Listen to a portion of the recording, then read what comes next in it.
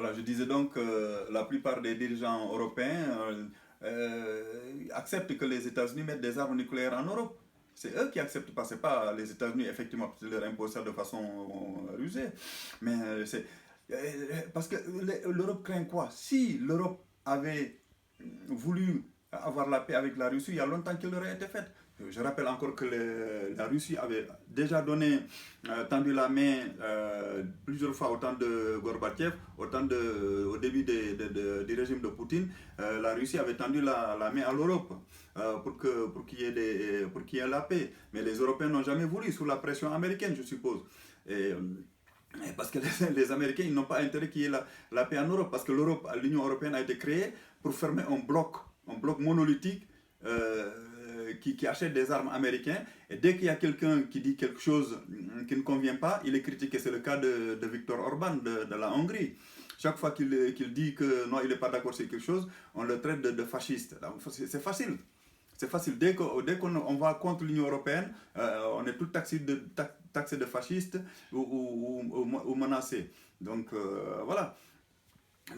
Mais normalement, l'Europe était faite pour faire la paix, mais actuellement, l'Europe est faite pour faire la guerre. Tous les journalistes que j'entends disent oui, la Russie est dangereuse, la lutte contre la Russie par l'Ukraine, c'est une lutte de la sécurité de l'Europe. Non, non, je rappelle encore que les Russes n'ont ni les moyens, ni la volonté d'envahir l'Europe. C'est pas possible. Donc voilà. Et dès qu'un membre des États de l'Europe refuse de suivre ce que disent les autres, il est automatiquement critiqué ou on lui coupe des subventions. C'est la raison pour laquelle l'Europe a été créée. Hein. C'est pour former un monobloc qui obéit aux États-Unis. C'est tout. Parce que sinon, pourquoi l'Europe ne peut pas être indépendante militairement des États-Unis? C'est parce que les États-Unis ne veulent pas. Et en plus, on nous dit, oui, la Russie espionne l'Europe. Mais est-ce que vous savez que le pays qui espionne le plus l'Europe, c'est les États-Unis? Mais comme eux, ils sont censés être nos alliés, on leur dit rien. Hein? On leur dit rien, on les laisse tout faire. Il n'y a aucun journaliste, il y a très peu de journalistes que j'entends critiquer les États-Unis sur les chaînes de télé et de radio. Il y en a quelques-uns, je ne dis pas il n'y en a pas, mais ils ne sont pas nombreux et on ne les entend pas souvent. Mais pour critiquer la Russie, ça, il en manque pas.